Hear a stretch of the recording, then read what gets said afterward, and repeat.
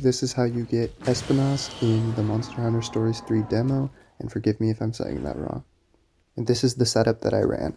I ran the Anjanath bow with a bone horn using the pet decoration right here. And then I used the Magia Charm hunting horn as well as the Brachydios armor. Some of these are interchangeable and I'll just put some text to show you what is. You're also going to want Korra as your hunting ally, and just make sure you prioritize the same monster. As for your monsties, you're going to want to run 3 neutral Dread Queen Raytheons for Egg Skill Solar Cry. The Gypceros can be water or really any element you want. I like lightning for Egg Skill Volt Arms. And then you're going to want a Nursilla, also whatever element, doesn't really matter. Then, before the fight, just make sure you save your game. In this save slot you have right here, this is going to help you a lot if you fail. That way, any traps that you may use, you don't need to go gather them again. As for the beginning of the fight, you can just focus on getting your kinship up.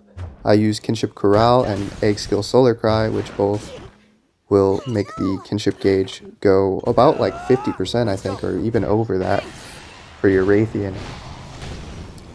And your hunting ally will just continue to attack the espinas and kill themselves while you just prep by getting as much kinship as you can on all of your monsters. Generally, you'll probably only be able to get enough for 1 full charge on Raytheon and then half charge on a second Raytheon. Once you hit full charge on one, switch it out for another and use Kinship Corral again. This just makes the kinship gauge go up really quick. Once the espinas wakes up, you can just let your monstie do the head-to-head if that's what happens. And you're just going to try to focus on proccing Blast. Blast is going to be your main source of damage here, instead of poison like it was for the Brachydios. Now you can see the Espinas is targeting me with a non-head-to-head move, but I can see that Korra is using a move called Shielding Stance, and this will draw the attention to her instead of me, so I can still focus on attacking and building kinship on my Raytheon. Once Espinas enters his enraged state, you will get a message from Rudy. There are 3 different messages you can say. Each one determines what moves Espinas will use. Take a second to screenshot that if you need. This will be very useful to you because you will know when you can prioritize gaining kinship or if you need to focus on attacking.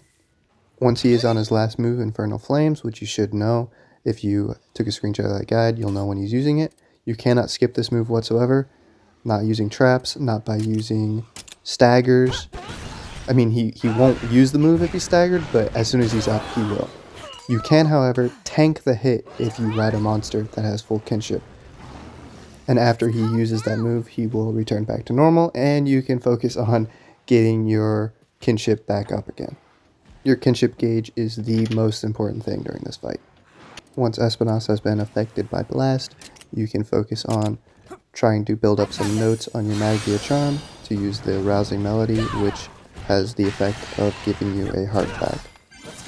If there ever comes a time where you don't have kinship built up to tank hits, you can use traps instead. If you guys need a guide on how to find traps, it's really easy. I can make a video for that too.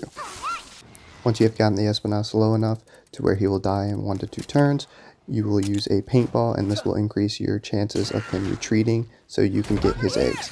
If he does not retreat, then you are just going to have to restart the battle from that save that you made earlier and hope that you get lucky enough for him to retreat. If you have any questions, just go ahead and ask them in the comments and I'll try to answer them as best as possible.